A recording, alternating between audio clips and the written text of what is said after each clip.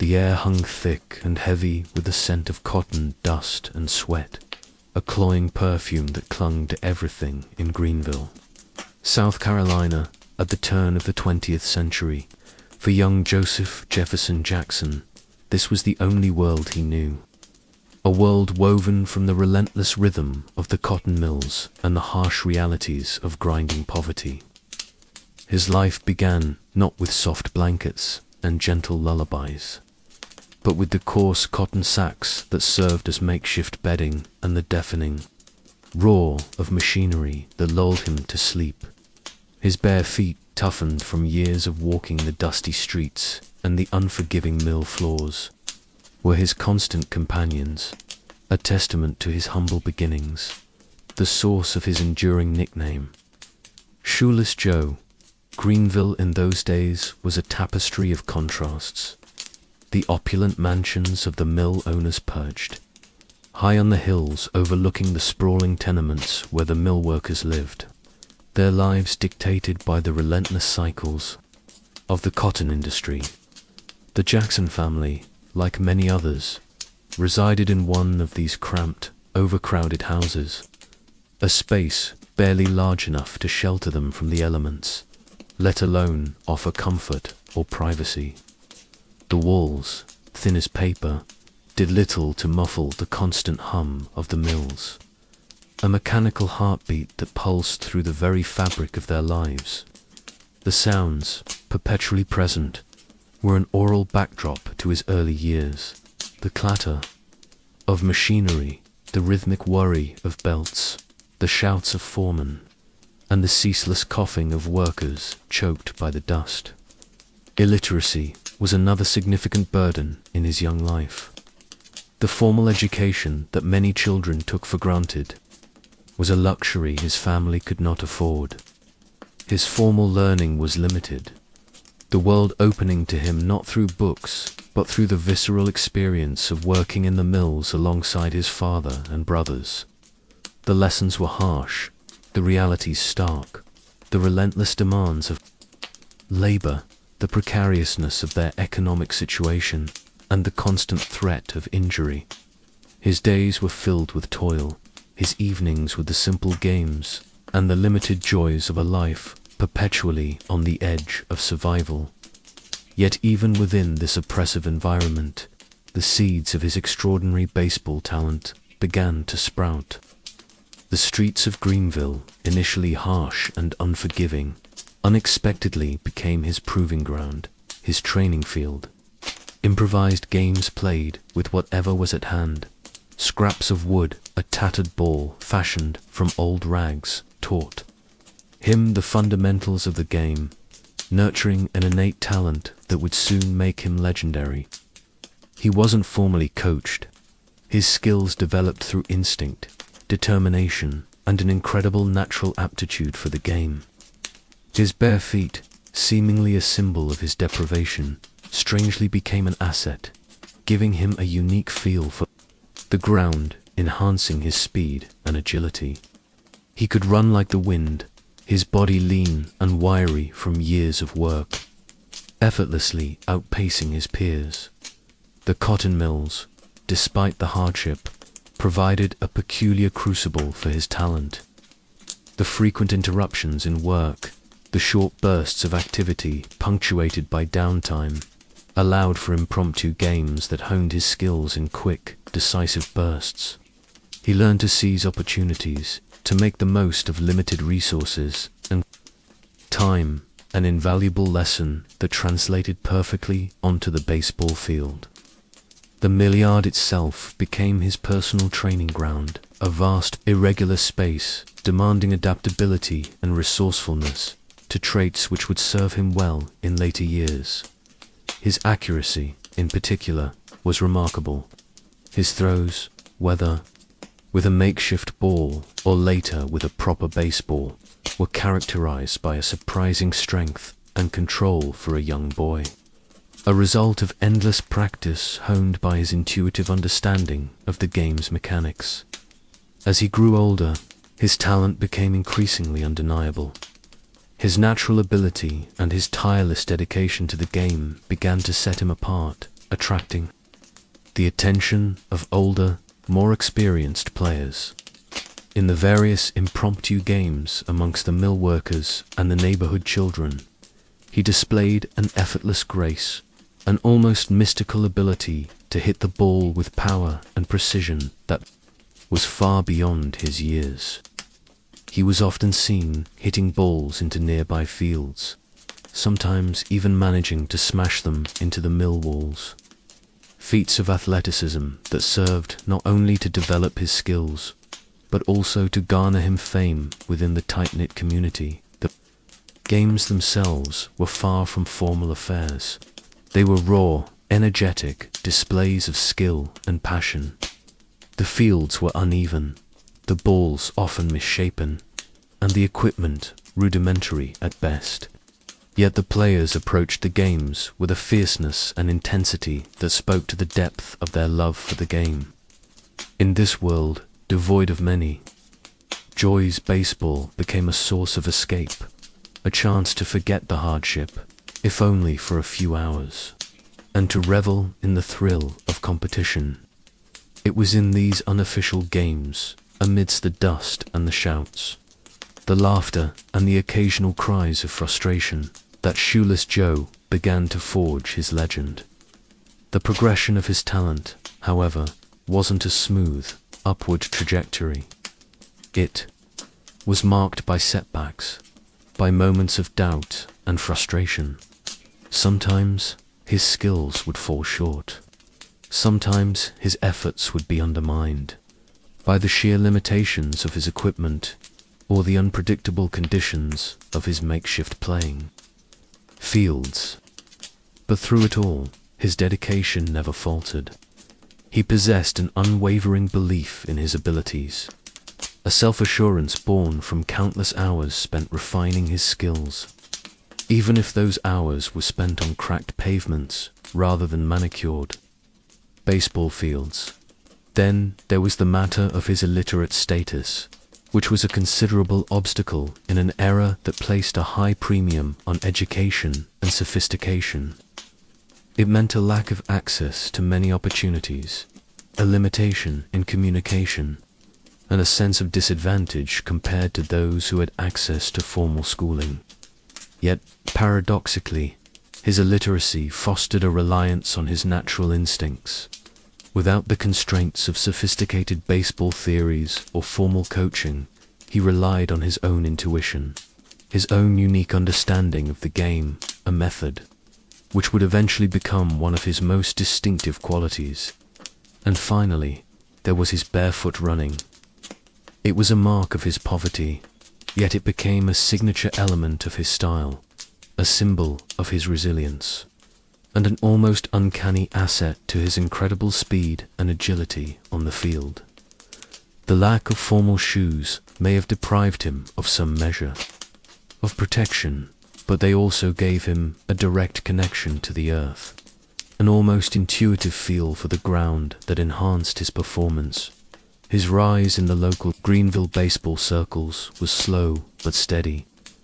It wasn't a meteoric ascent to stardom, but rather a gradual accumulation of victories, a progression marked by increasing recognition and growing admiration.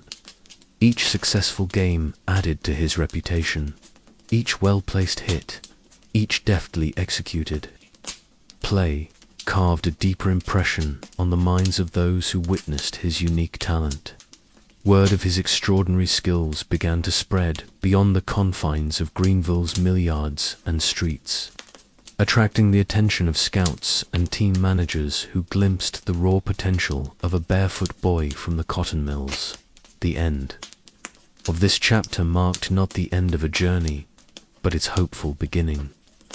The boy from the Greenville cotton mills, playing baseball barefoot, was beginning to make a name for himself, a name that would one day resonate across America. The echoes of his bat, already a familiar sound in Greenville, were poised to travel far. The Greenville sun beat down relentlessly, baking the already parched earth to a near-lethal temperature. Even the ubiquitous cotton dust seemed to shimmer in the oppressive heat. But for young Joe Jackson, the heat was nothing compared to the feverish excitement that pulsed through him. He clutched a piece of wood, rough-hewn and unyielding, its surface still bearing the marks of the axe. This wasn't just any piece of wood. This was the raw material of a legend. This was the nascent form of Black Betsy. He'd found it discarded, near the mill, a length of ash, discarded as useless refuse. But Joe, with his keen eye for detail and his innate understanding of the possibilities inherent in even the most unremarkable objects, saw something more. He saw the potential for power, for precision, for the creation of a tool that would extend his already prodigious talent beyond even his wildest dreams. He didn't have the tools of a professional bat maker. There were no specialized planes or lathes in his cramped, poverty-stricken home. Instead, he employed the simple tools of his environment, a rusty knife, a hand-me-down file, and a boundless store of patience. Days bled into nights as he painstakingly shaped the wood, slowly, meticulously, carving away at the rough edges, refining its form until it felt an extension of his own body. The process wasn't merely physical. It was an act of creation, an act of self-expression. Each cut, each stroke, each subtle adjustment was a testament to his dedication, his unwavering belief in his abilities. He whittled away not just at the wood, but also at his own limitations, transforming a discarded piece of ash into a symbol of his unwavering determination. The handle he shaped to fit his calloused hands perfectly, a testament to his intuitive understanding of ergonomics. He balanced the weight, ensuring that it felt both powerful and responsive, an extension of his own will. It wasn't merely a bat. It was a collaboration between man and material, a synthesis of dreams and wood. The final touches were the most important. He carefully sanded the surface until it was smooth and almost ethereal, a stark contrast to the roughness of its origins. He took his time, paying particular attention to the sweet spot, that magical point where the wood would impart maximum power to the ball. He tested its balance, its weight, its feel in his hands, his entire body sensing its responsiveness, feeling the resonance of the wood. It was a communion between boy and bat, a silent conversation that transcended the material world. Once finished, Black Betsy was more than just a bat. It was an embodiment of his spirit, a testament to his resilience, and a symbol of his aspirations. It was dark and sleek, a reflection of the shadows and the hardships of his life, but also possessed a certain elegance, a subtle beauty that spoke of its handcrafted origin and the dreams it held within.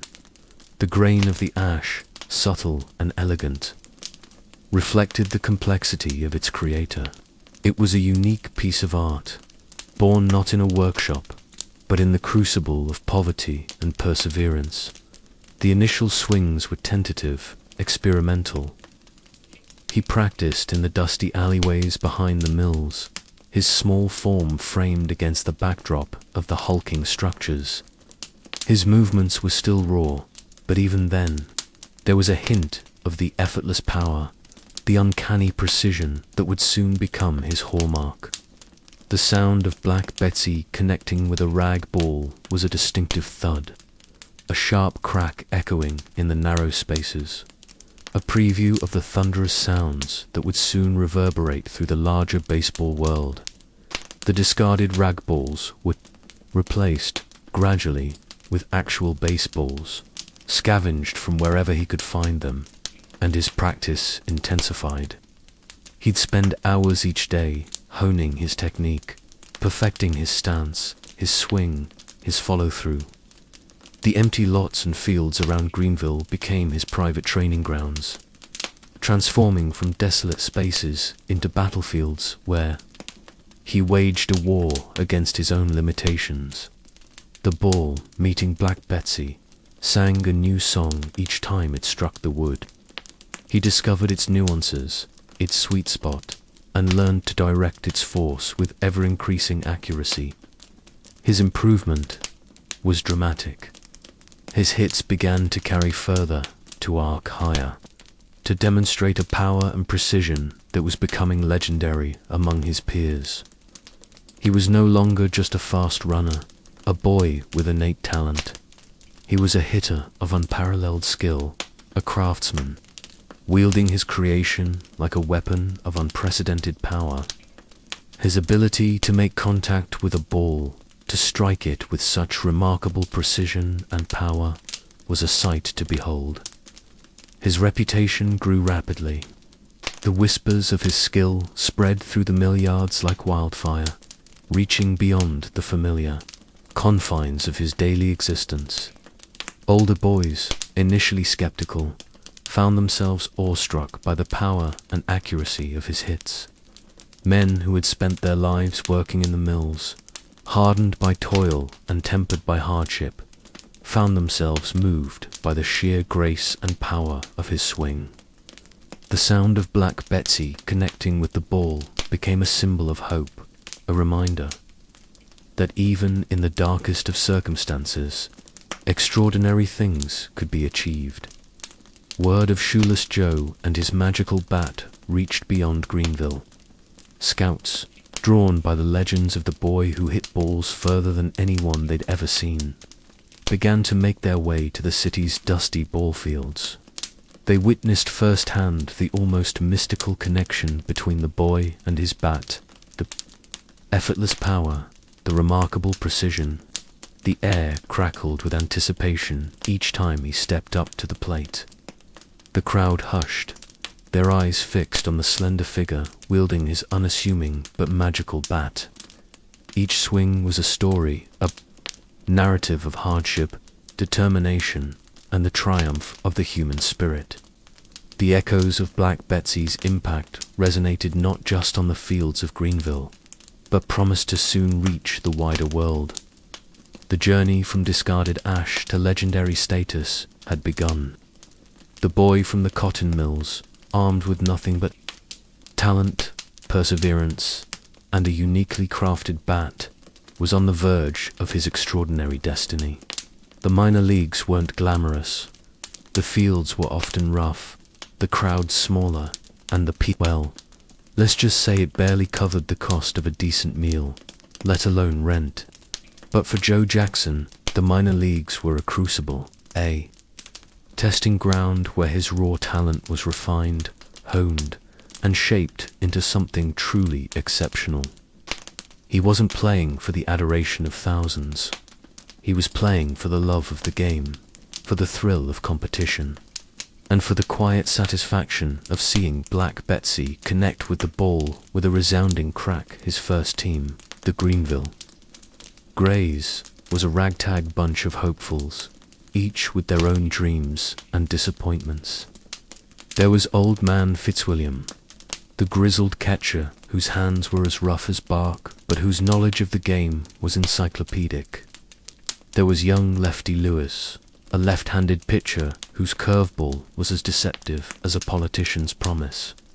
And then there was Joe, the quiet kid with the magical bat, whose talent transcended experience.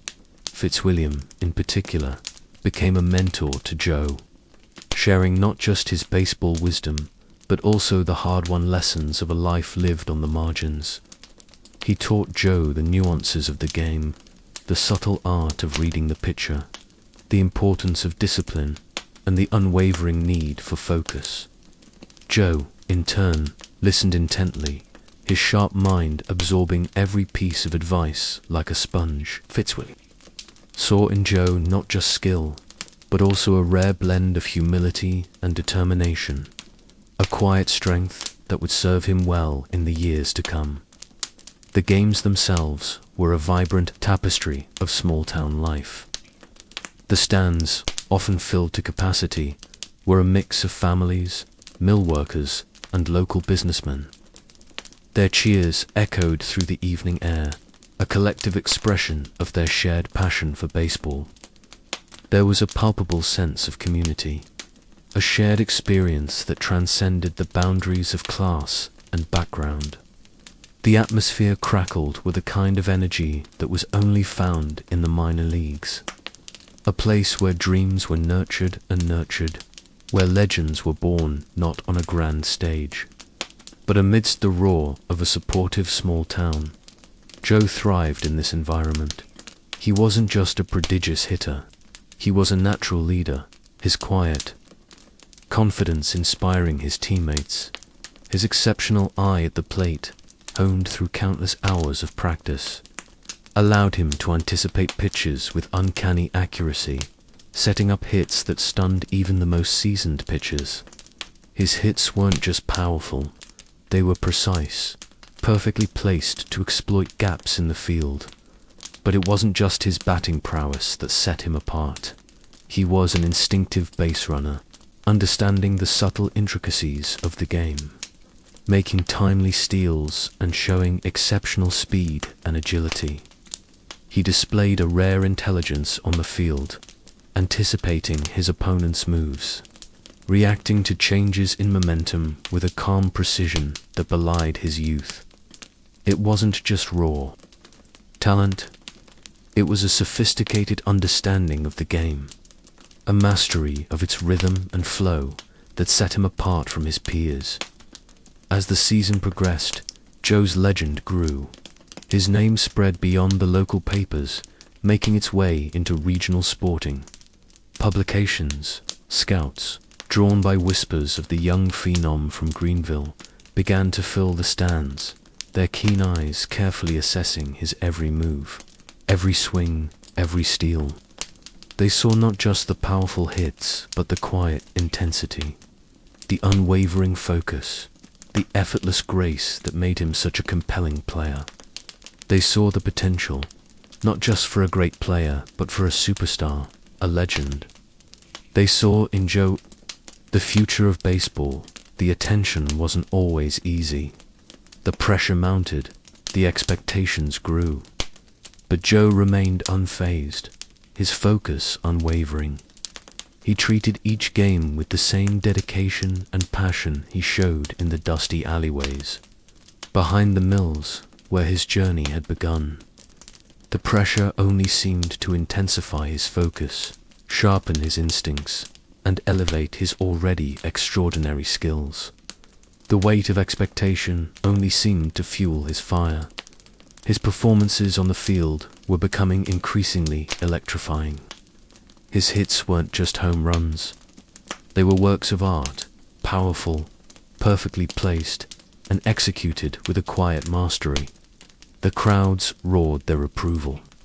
He became a local hero, the boy from the cotton mills who had transcended his humble beginnings. His name became synonymous with power, precision, and unwavering determination. His teammates, initially perhaps awed by his talent, became his greatest allies. They saw his humility, his respect for the game, and his unwavering dedication. His talent wasn't something to be feared or envied, but something to be celebrated and supported. The team's chemistry blossomed, fueled by their shared passion and their belief in Joe's exceptional abilities. They were more than a team. They were a family, bound together by their shared dreams and their unwavering belief in their shared potential. During the playoffs, the pressure intensified, the stakes higher. But Joe, with Black Betsy clutched tightly in his hand, showed no fear. Each swing was a statement, each hit a testament to his unwavering commitment. He led his team to victory after victory, his performances growing increasingly mesmerizing. The crowds were in a frenzy, their cheers a deafening roar that filled the stadium. His name was on everyone's lips.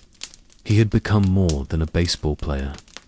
He had become a symbol of hope, a symbol of resilience, a symbol of the incredible things that were possible with hard work, talent, and unwavering determination. The minor leagues were a testing ground, a proving ground, and Joe Jackson had passed the test with flying colors. He had proven himself, not just as a talented player, but as a leader, a role model, and a legend in the making. The road to the big leagues was still long, but Joe was ready. He was ready to take on the world, armed with his magical bat, Black Betsy, and the unwavering support of the small town that had witnessed his extraordinary rise from humble beginnings. The minor leagues had been a crucible, but they had forged him into something truly exceptional. The stage was set, the spotlight awaited. The world was about to witness the true power of Shoeless Joe. The journey had only just begun, but the legend of Shoeless Joe was rapidly taking shape. A legend born not in the grand stadiums, but on the humble fields of Greenville, South Carolina. The dreams of a boy. The train hissed to a halt at the Chicago stations, a jarring contrast to the quiet rhythm of Greenville. To become a reality. The air thrummed with a different energy, a frenetic pulse that vibrated through the very ground beneath his feet. This wasn't the sleepy familiarity of the Greenville Grays. This was the Chicago White Sox, a behemoth of the American League. A world away from the dusty diamonds and cheering mill workers he'd left behind. The sheer scale of Comiskey Park was breathtaking, a colossal stadium that dwarfed even his wildest imaginings. The roar of the crowd, a distant rumble at first, built to a deafening crescendo as he stepped onto the field, a wave of sound. Washing over him, a tangible force that threatened to overwhelm. He adjusted his uniform. The familiar weight of Black Betsy, a comforting presence in his hand. The bat, worn smooth from countless hours of practice, felt like an extension of himself, a conduit for his power, his precision, his dreams. He ran a hand over the worn leather, the familiar grain a source of solace amidst the overwhelming scale of his new reality. The minor leagues had been a crucible, a period of refinement, but this was the ultimate test. This was the major leagues. The contrast was stark. In Greenville, the stands were a friendly, familiar tapestry, woven with the faces of his community. Here, a sea of anonymous faces stretched towards the horizon, a vast, impersonal ocean of expectation. The air crackled with a different kind of energy, a sharp, intense buzz that hummed with the weight of professional competition, the pressure of millions of dollars riding on every swing, every throw, every stolen base. The smell of hot dogs and popcorn hung heavy in the air, a pungent perfume of a world far removed from the scent of cotton, dust, and sawdust that clung to his clothes back in Greenville. His first at-bat felt surreal. The pitcher, a veteran with a reputation for intimidating batters, stared him down from the mound, his face a mask of grim determination. The silence before the pitch was deafening, broken only by the muffled roar of the crowd, a collective breath held in anticipation. Then the ball sailed towards him, a blur of white against the emerald green of the field. He swung, the familiar arc of the swing, perfected through years of tireless practice, sending Black Betsy crashing into the ball with a sharp, resounding crack. The ball soared, a majestic arc against the twilight sky, sailing towards the outfield fence. The crowd erupted, a tidal wave of sound that crashed over him, drowning him in the sheer volume of cheers, whistles, and ecstatic shouts. It wasn't just a home run. It was a declaration, a statement, a bold announcement to a nation that a new force had arrived on the scene. The boy from the cotton mills, the quiet kid from Greenville, had not only arrived, but had made his mark. A resounding statement echoing through the hallowed halls of the major leagues. The games that followed were a blur of adrenaline and intense focus. The precision that had honed his skills in the minor leagues were now finely tuned instruments in the symphony of Major League Baseball. He read pitches with an uncanny accuracy, anticipating their moves with an almost preternatural insight. His hits weren't simply powerful, they were perfectly placed, exploiting gaps in the outfield, creating havoc on the base paths. His base running was poetry in motion, a dance of speed and agility that left opponents in his dust. He was a force of nature, a whirlwind of controlled chaos, a captivating blend of raw power and intelligent execution. His success on the field transcended mere athletic prowess. It became a testament to the power of hard work, dedication, and unwavering belief in oneself. It was a story of hope and resilience, a narrative that resonated deeply with the crowds, quickly transforming him from a newcomer into a beloved star. He wasn't just playing baseball, he was painting a picture of triumph over adversity, a story that resonated with the working class, the underdogs, the people who knew the value of sweat, determination, and grit. The city embraced him. The initial awe and curiosity blossomed into fervent adoration.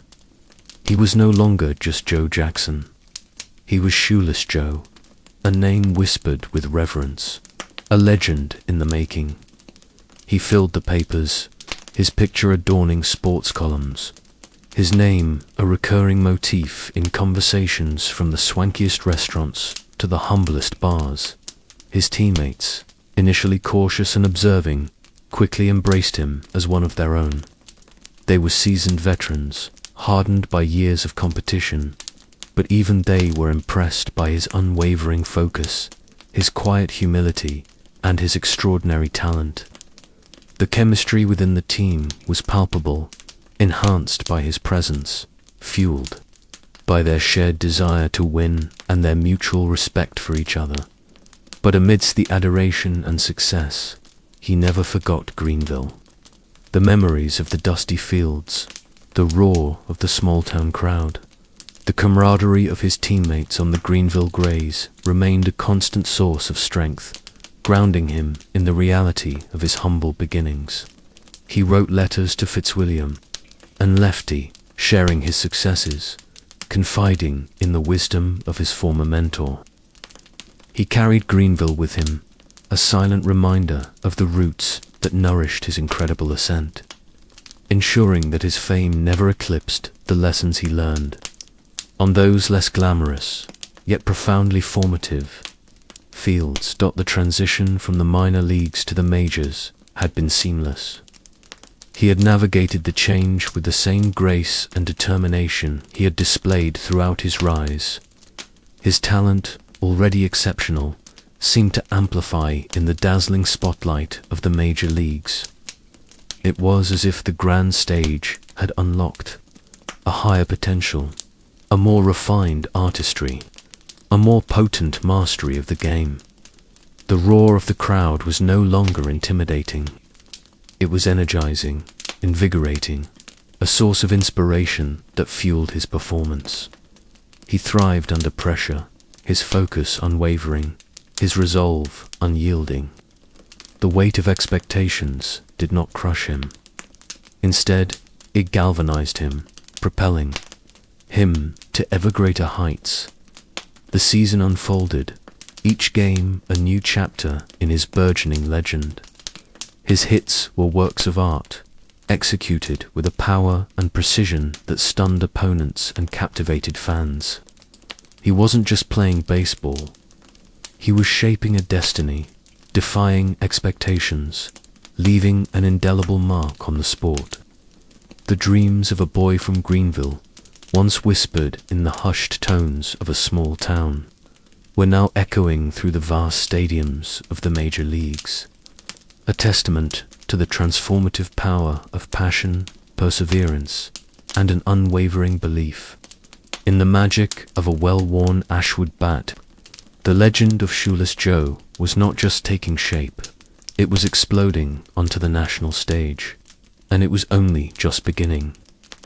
The 1919 season unfolded like a fever dream. Each game was a crescendo of adrenaline, a symphony of perfectly executed plays, a testament to the relentless honing of his skills. The roar of the Chicago crowd, initially overwhelming, became a familiar comfort, a surge of energy that propelled him further. His hits weren't merely powerful, they were surgically precise, each swing a calculated dance of power and precision, sending the ball arcing through the air like a guided missile. He was no longer just playing baseball. He was conducting an orchestra, every swing a note in, a masterful composition, every run a harmonious movement in a perfectly choreographed performance. He was a maestro, and the stadium was his concert hall. His base running was legendary. He became a blur of motion, a phantom flitting between bases, leaving opponents scrambling in his wake. His speed wasn't brute force. It was calculated precision, a mastery of timing and strategy. He wasn't just running. He was anticipating. He was reacting. He was thinking several steps ahead of the defense, leaving them perpetually one step behind. He was a chess player on the baseball diamond, predicting his opponent's moves with an uncanny accuracy. The recognition came swiftly and profoundly. His name, once whispered in the quiet corners of Greenville, now echoed through the bustling streets of Chicago, its syllables resonating with a power that transcended the realm of sport. He was no longer just Joe Jackson. He was Shoeless Joe, a moniker that had stuck, a name whispered with reverence in hushed tones, the stuff of legend. Newspaper headlines screamed his name, proclaiming him the new darling of American baseball. His image graced magazine covers, his face a symbol of triumph, his smile a beacon of hope. He was everywhere. His popularity transcended baseball, spreading its tendrils into the fabric of American society, becoming a source of fascination and admiration for millions. The adoration of the fans was intense, palpable.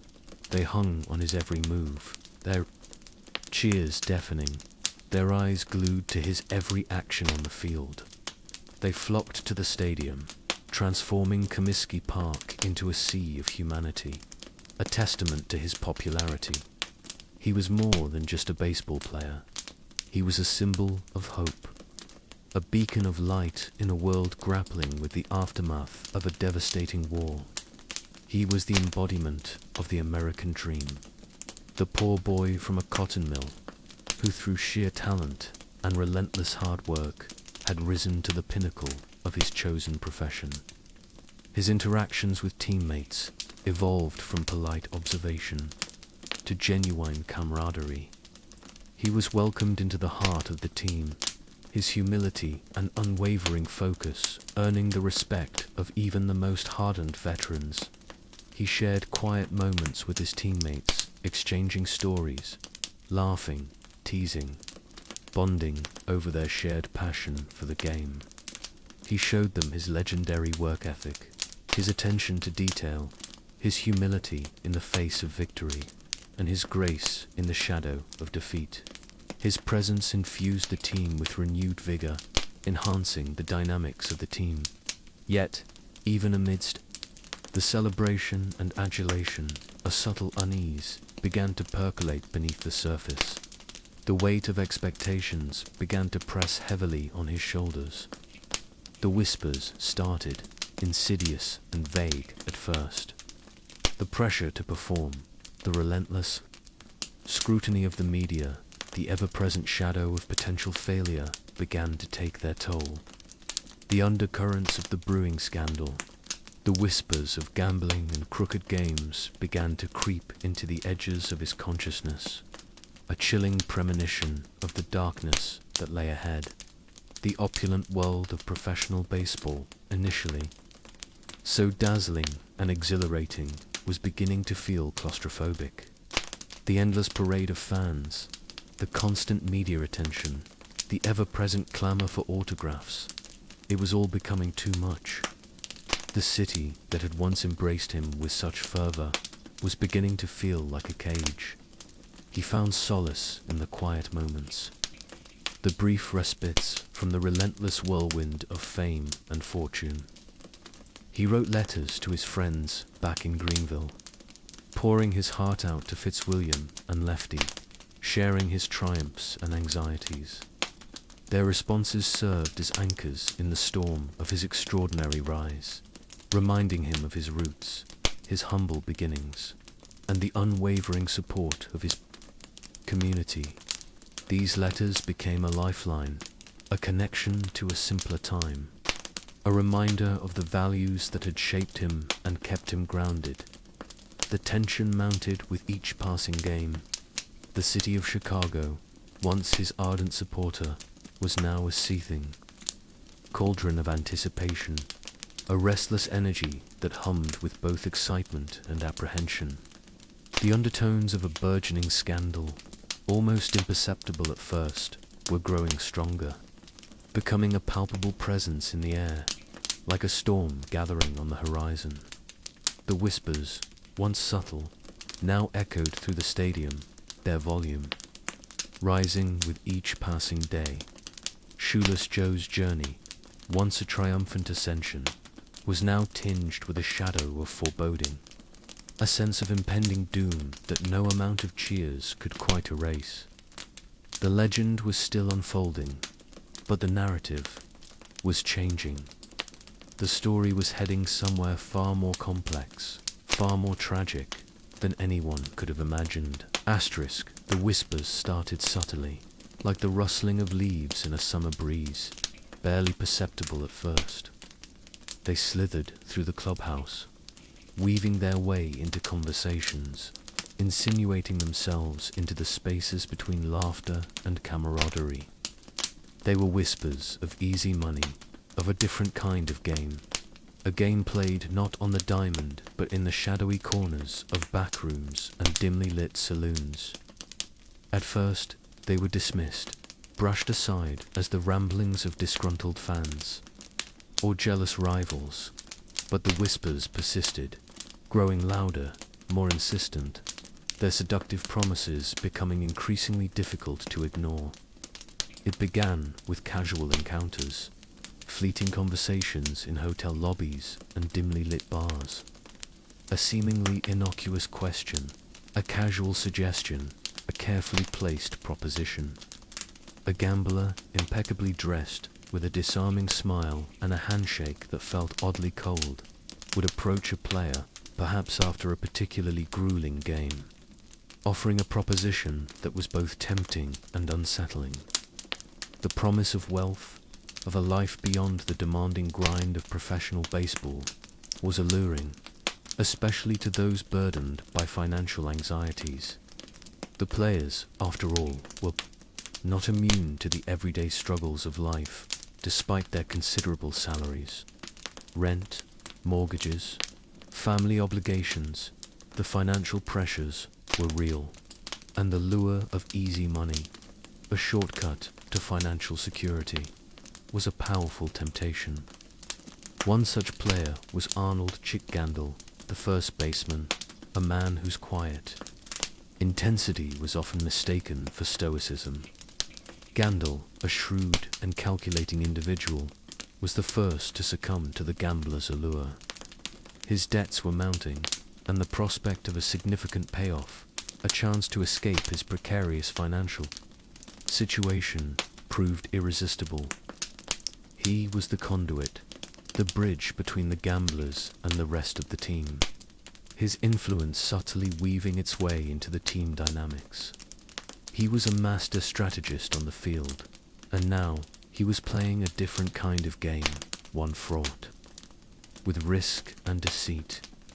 The meetings were clandestine, held in shadowy corners, their hushed tones a stark contrast to the roar of the crowds that filled Comiskey Park.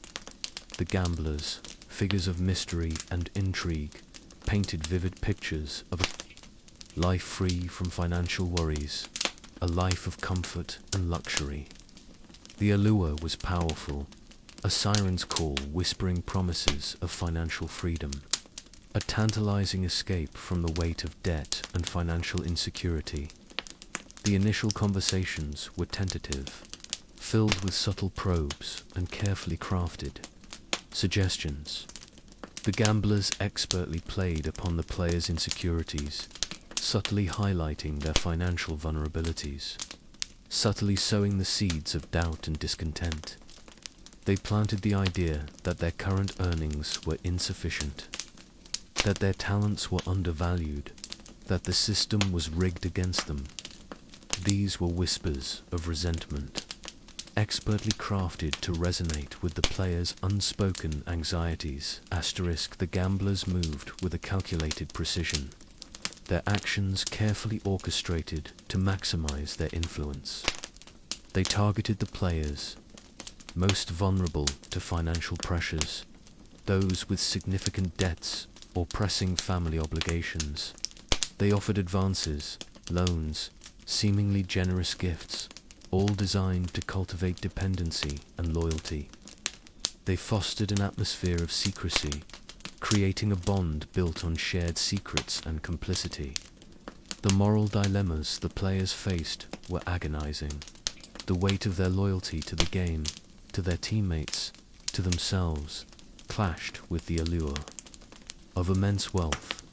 The ethical lines blurred, the choices became increasingly complex and fraught with consequences. Some players, like Happy Felch, whose reputation for solid batting and fielding was beyond reproach, vacillated, torn between the promises of financial security and the integrity of the game he loved. The pressure to conform to the group dynamics, to avoid being ostracized or labeled as a weak link, played a significant role in their decisions. The atmosphere in the clubhouse became noticeably tense.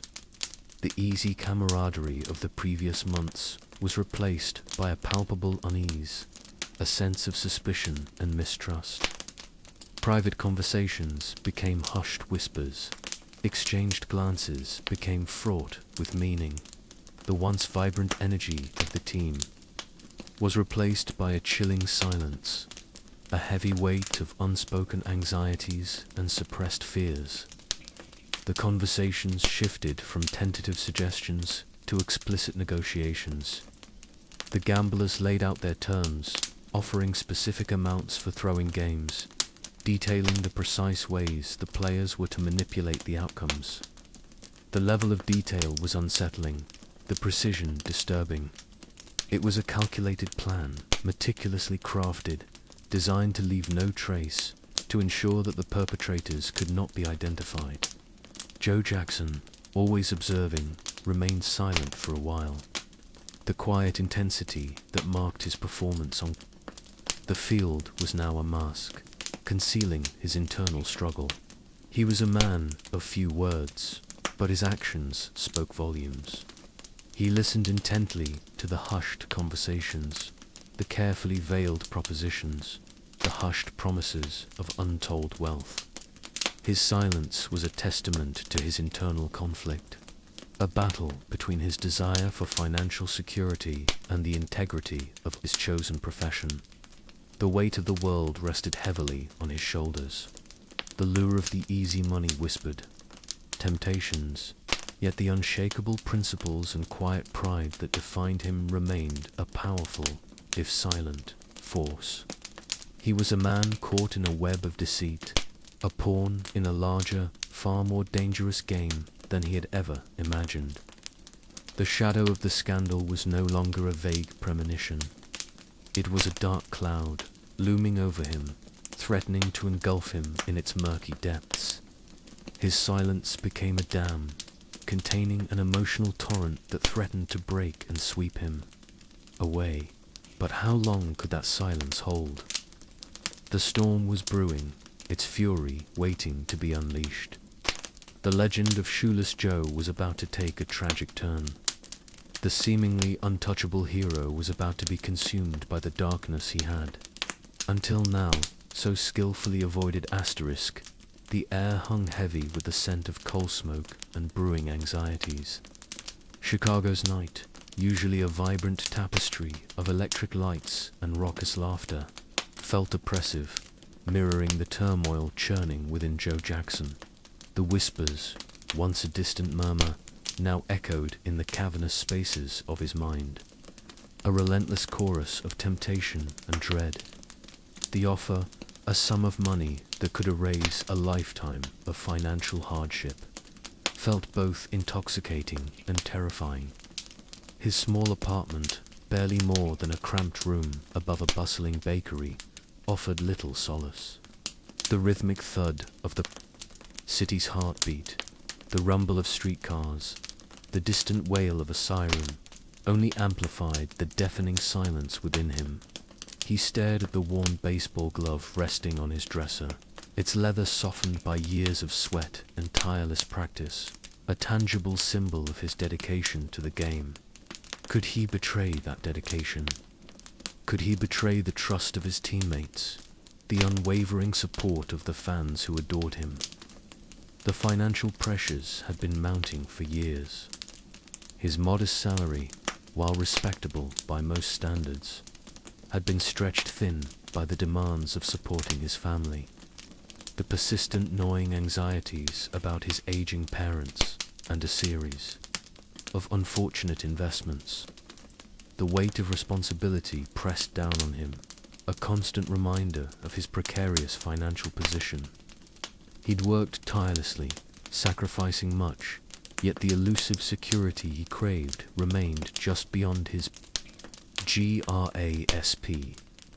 The gamblers, with their alluring promises and seemingly limitless resources, offered a shortcut, a way out of the suffocating financial pressure cooker that had become his life. He paced the narrow room, the wooden floorboards creaking under. His weight, each step felt heavy, each breath labored, as if the very air itself weighed him down. He imagined the faces of his teammates, their quiet trust, their unwavering camaraderie. Could he betray them for a sum of money? The thought felt like a betrayal of his own core values, a violation of the unspoken code of honor he had always held dear. The city outside was a kaleidoscope of flickering lights and shadowy figures, a stark contrast to the quiet solitude of his room. The vibrant energy of the game, the roaring crowds, the camaraderie of the clubhouse sit, all seemed distant, unreal, a faded memory from a life he might be forced to abandon. The gambler's offer was a wrenching dilemma, forcing him to confront the moral ambiguities of his choices. It was a battle between his profound love for baseball and the crushing weight of financial desperation. He pictured his father, a hard-working farmer who had instilled in him the values of honesty and integrity, values that had guided him throughout his life. He imagined his father's disappointment, his shame, if he were to betray the principles that had shaped him. The weight of that potential disappointment felt heavier than any debt, yet the reality of his financial struggles gnawed at him. The constant worry about providing for his family, the mounting debts, the potential loss of his home, these were not abstract concerns, but tangible threats that loomed over him like a dark cloud. The temptation was a siren song, beautiful and alluring, promising relief from the crushing burdens of his everyday life. He tried to rationalize his predicament, to find a way to reconcile his conflicting desires. Perhaps he thought he could accept the money, but refuse to throw any games. Perhaps he could manipulate the situation to his advantage, using the money to secure his financial future without compromising his integrity. But even these rationalizations felt hollow, betraying a profound unease that settled deep in his soul. The city lights outside his window flickered, a silent witness to his internal struggle. The night was filled with shadows and secrets, mirroring the darkness that threatened to consume him. The weight of the bribe wasn't just about the money. It was about the potential loss of his reputation, his dignity, and his place in the history of the game he loved. It was about the fear of losing everything he had worked so hard to achieve, of betraying the trust that had been placed in him. Asterisk, he spent the night wrestling with his conscience, the conflict leaving him physically and emotionally exhausted. He was caught in a moral quagmire, unable to escape the pull of two competing forces. On one side, there was the seductive allure of wealth, a promise of relief from financial anxieties, a chance to secure a comfortable future for himself and his loved ones. On the other, there was the unshakable moral compass that had guided him throughout his life, the integrity that defined him as a man and as a baseball player. The weight of the decision hung heavily over him. He knew that whatever he chose, the consequences would be profound and lasting. The shadow of the scandal loomed large, threatening to obliterate everything he held dear. He was a man torn between worlds, caught in a web of deceit, his future hanging precariously in the balance. The silence of the night, punctuated by the distant sounds of the city, served only to amplify the deafening roar of his internal conflict. The dawn would bring with it a decision, a choice that would forever alter the course of his life. And the legend of Shoeless Joe, once untarnished, was on the precipice of a fall. The weight of the bribe pressed down, a crushing burden that threatened to break him. But within him, a spark of defiance flickered, a stubborn refusal to surrender to the darkness. The battle was far from over. Asterisk, the roar of the crowd was a physical entity, a wave crashing over Joe Jackson as he stepped onto the field at Comiskey Park. The air crackled with anticipation, thick with the smell of hot dogs and damp earth. Was October, the crispness of autumn, a stark contrast to the stifling heat of his internal conflict? The 1919 World Series, a dream come true, or a nightmare in disguise? He adjusted his glove, the familiar leather a small comfort in the swirling vortex of doubt. His teammates moved around him, a blur of white uniforms against the emerald green of the field. But their usual easy camaraderie felt strained, replaced by a tense silence, broken only by the distant shouts of vendors and the occasional nervous cough. The whispers had followed them from Chicago, clinging to them like shadows. Everyone knew, or at least everyone suspected. The first game was a blur. He played mechanically, his movements precise, but devoid of the usual effortless grace. The cheers of the crowd were distant, muted, as if filtered through a thick layer of cotton wool. His focus was fractured, his mind racing with the enormity of the situation. He could feel the weight of the money pressing down on him, a physical burden that seemed to restrict his movements, weighing down his swing. The gamblers were everywhere, their presence a palpable weight in the air, hovering over the game like a storm cloud. Their eyes were everywhere, watching, judging, asterisk, the opposing team, the Cincinnati Reds, seemed to play with a strange, almost eerie confidence. Their movements were sharper, their throws more accurate, their hits more powerful. It wasn't just luck. It was something more sinister, something that chilled Joe to the bone. He saw the subtle signals, the barely perceptible nods and winks, the almost imperceptible adjustments in the players' positions. It was a secret language, spoken not with words, but with gestures, and he understood it perfectly. Each swing, each catch, each throw felt heavy with the knowledge of the betrayal. He was a skilled player, and he could still play well. He could still hit those balls, but the act felt hollow, tainted, a desecration of his craft. The joy he once took in the game, the thrill of competition, had been replaced by a crushing burden of guilt and fear. The stands were packed, a sea of faces, their cheers and gears echoing in his ears. he knew some of them suspected. He could see the skepticism in their eyes, the growing unease reflected in their expressions. The air buzzed with a strange energy, a mixture of anticipation and foreboding. The game wasn't just a baseball game anymore. It was a theater of shadows and secrets, a performance playing out before a knowing audience. The following games were even more unsettling. The tension was unbearable, clinging to the players and the spectators alike. The atmosphere shifted, becoming heavy with unspoken accusations, burdened by a growing awareness of the gambler's pervasive influence. He saw the subtle the prearranged errors, the deliberate missed plays, a carefully orchestrated symphony of deception. Each game was an agonizing reminder of his complicity in the conspiracy, a slow, agonizing erosion of his integrity. He couldn't escape the feeling of being watched, not only by the gamblers, but by the whole world. The eyes of millions seemed to rest on him, questioning, judging, awaiting his next move. Every swing of his bat was loaded with a new level of tension and expectation. Sleep became an elusive luxury.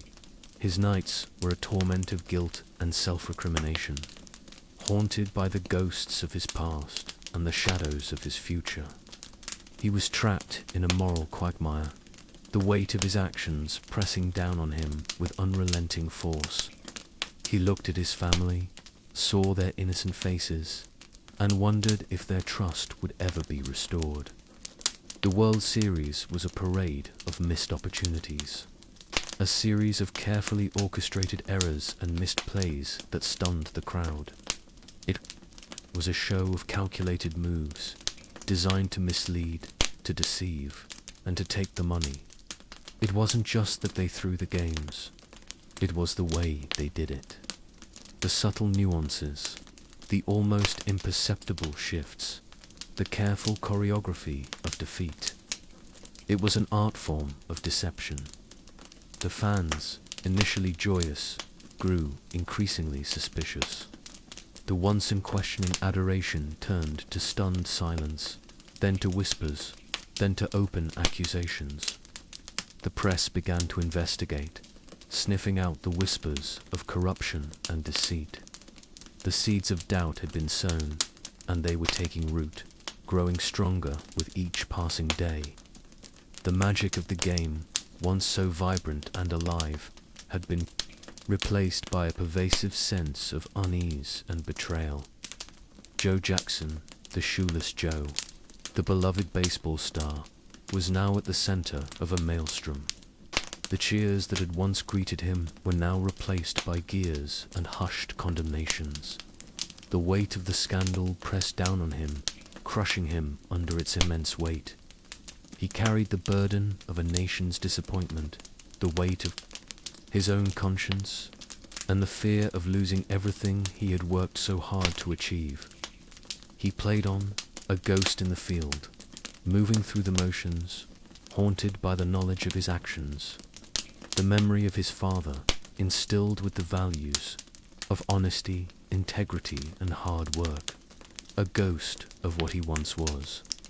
Each play was a painful reminder of his fall, each swing of the bat another step closer to the abyss. The series ended, not with the triumphant roar of victory, but with a chilling silence, a silence broken only by the murmurs of suspicion and accusations. The shadow of the scandal had fallen, casting a long and dark pall over the game of baseball. The 1919 World Series wasn't just a game. It was a tragedy, a tale of ambition, betrayal, and the crushing weight of consequence. And in the heart of that tragedy stood Shoeless Joe, a fallen hero, his legacy forever tainted by the stain of scandal.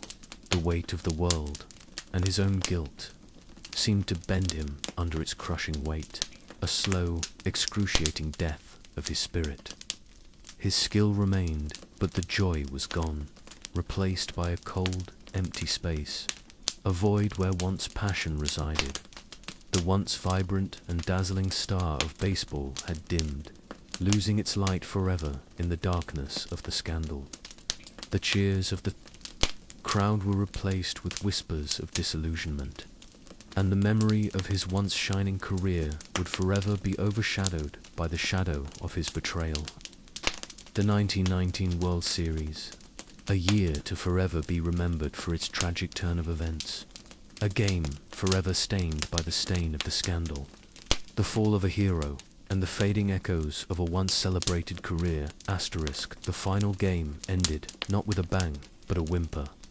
The silence in the stadium was deafening, broken only by the rustling of programs in the hands of a stunned crowd. The air, once thick with the electric energy of the game, now hung heavy with the weight of unspoken accusations. Joe Jackson stood on the field, the cheers that once thundered around him now replaced by a chilling silence, punctuated by the occasional murmur of disbelief. He felt the eyes of thousands upon him, burning holes in his back, each gaze a judgment, a condemnation. The weight of the scandal pressed down on him, a physical burden that seemed to crush his very soul. He'd played the game, or rather, he'd gone through the motions of playing the game. Each swing of the bat had been a performance, a carefully orchestrated act of deception. The betrayal tasted like ash in his mouth, a bitter reminder of the choices he'd made. He had betrayed not only the game he loved, but also his teammates, the fans, and himself. The memory of his father's honest gaze haunted him, a constant reproach for his actions. His father, a man of unwavering integrity, would have been utterly ashamed. The days that followed were a blur of intense scrutiny and mounting pressure. Newspapers screamed headlines of betrayal and corruption, his name plastered across the front pages in bold, accusatory type. He was no longer Shoeless Joe, the beloved baseball star, but Joe Jackson, the traitor. The adoration of millions had evaporated, replaced by a tide of anger and disappointment. His image, once synonymous with grace and skill, was now associated with deceit and greed. The whispers followed him everywhere, even into his own home, where the eyes of his family, once filled with pride, now held a mixture of confusion and hurt. Their quiet, unspoken questions were more painful than any public condemnation. He wanted to confess, to rip the burden of guilt from his chest and lay it bare before the world. He yearned to explain, to tell them it wasn't just about the money, that the gamblers had ensnared him in a web of coercion and fear, that he'd been manipulated, threatened, and trapped in a situation beyond his control. But the words caught in his throat, strangled by the fear of the consequences, the fear of destroying what little remained of his reputation, the fear of the crushing weight of societal judgment. The confession was a phantom, a shimmering mirage. He desperately chased but could never quite reach. The legal proceedings were a slow, agonizing torment. The lawyers, sharp and calculating, circled him like vultures, each question a blow to his already fractured spirit. He stumbled through his testimony, his words caught in his throat, his answers hesitant and confused. The weight of the evidence, the damning testimony of his fellow players, seemed to bear down on him, crushing him under its relentless weight. The courtroom felt cold, unwelcoming, a place where hope seemed to die. He knew he had committed a terrible act, but the thought that he was also a victim in some ways was a flicker of hope in the encroaching darkness. The public reaction was immediate and brutal. The once unwavering support of his fans had crumbled.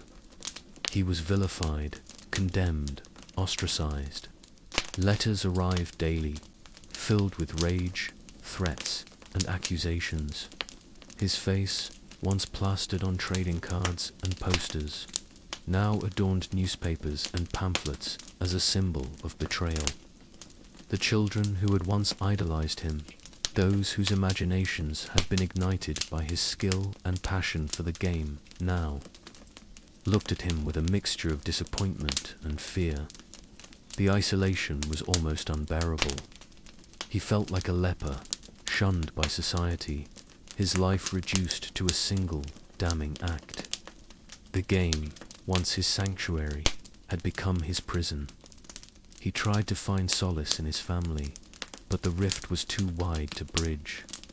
Their eyes, once filled with love and admiration, held a mixture of hurt and suspicion. He couldn't blame them. He'd betrayed their trust, their faith in him, their belief in the integrity of the man they knew and loved, night after night. He lay awake, his mind tormented by the ghosts of the past. He relived the games, the whispers, the pressures, the constant gnawing sense of dread. The faces of the gamblers blurred in his mind's eye, cold and calculating. He saw the subtle signals, the hidden hand that steered him to his fall. He had tried to resist, but it had been a losing battle. The power of the gamblers, their influence, and their manipulation had been overwhelming. The memories were a relentless tide, washing over him again and again, dragging him back to the moment. He chose to compromise his integrity. He remembered his father's words, his lessons on honesty and hard work, echoing in his ears, a constant reminder of his failure. The guilt was a constant companion, a shadow that followed him even in his dreams. He tried to find solace in prayer, begging for forgiveness, for redemption, but the answer remained elusive. The legal battles stretched on, a relentless assault on his spirit. He fought, but the odds were stacked against him. He was accused, judged, and condemned. His testimony, clumsy and uncertain, only seemed to solidify the accusations. The weight of evidence was suffocating, the whispers of his complicity growing louder with each passing day. The outcome was inevitable. The banishment from the game was official, the verdict delivered with the finality of a death sentence. His life, once a bright tapestry of success and adulation, had become a threadbare remnant of what it once was. The world looked upon him as a villain, an outcast. Even his own attempts at redemption seemed futile, drowned out by the thunder of public condemnation. The game, which had once been his lifeblood, was now a source of constant pain, a reminder of his failure, a living testament to his betrayal.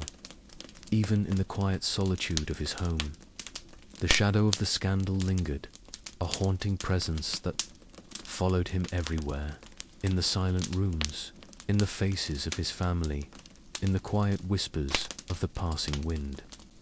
He had lost more than just his career. He had lost his reputation, his integrity, and a significant part of his soul. The confession, even unspoken, was a silent, agonizing process of self-judgment and soul-searching. It was a private ritual, a silent dialogue between him and his conscience, a relentless examination of his choices and their consequences. It was a burden he carried alone, a private hell in the public eye. The shame, the remorse, the regret, all these gnawed at him, leaving an emptiness that would never truly be filled. The years that followed were a long, slow walk through the wasteland of his own making. The legend of Shoeless Joe dimmed, overshadowed by the tragic tale of his fall from grace. A cautionary legend forever bound to the stain of the scandal. His story, a poignant reminder of the price of ambition, the fragility of honor, and the enduring weight of betrayal. The game remained, but for him it was forever lost. The roar of the crowd was merely a distant echo, a haunting reminder of What was once and could never be again. Asterisk, the verdict fell like a guillotine, severing Joe Jackson's connection to the game he loved with brutal finality. The courtroom, a sterile space that had witnessed weeks of agonizing testimony and relentless cross-examination, held its breath, then exhaled a collective sigh of weary judgment. Guilty. The word hung in the air, heavy and suffocating, echoing the weight of the scandal that had consumed him. The judge's gavel, a small, insignificant piece of wood, sounded like a death knell, signaling the end of an era, the demise of a legend. The once bright flame of Shoeless Joe was extinguished, leaving behind only the smoldering embers of disgrace. The news spread like wildfire, igniting a storm of public outrage. Newspapers, already saturated with the details of the scandal, blared the headline across their front pages in stark, bold lettering. The once adoring public, who had chanted his name and celebrated his every triumph, now turned on him with a fury that was both shocking and terrifying. The streets, once filled with jubilant crowds celebrating his prowess, were now alive with angry whispers and accusations. His image, once revered and reproduced on countless trading cards and posters, now adorned newspaper pages and pamphlets as a symbol of betrayal, a cautionary tale of greed and corruption. The children who had once dreamed of emulating his skill, who had worn his name with pride, now recoiled in horror at the sight of his name, a symbol of shattered innocence. Their hero had fallen, and their dreams had crashed with him. The letters poured in, a torrent of hate mail that flooded his mailbox daily. They were filled with venom, with threats of violence, with accusations that pierced him like daggers. The words were raw and visceral, reflecting the deep sense of betrayal that had seized the hearts of his once devoted fans. He read them, each one a fresh wound, each one a reminder of the depth of his fall from grace. The once unwavering support had evaporated, leaving behind a vacuum filled with anger, resentment, and the bitterness of shattered dreams. The adulation he had once basked in was replaced by a tidal wave of condemnation that threatened to drown him. His fellow players, some of whom had been implicated in the scandal, offered little solace.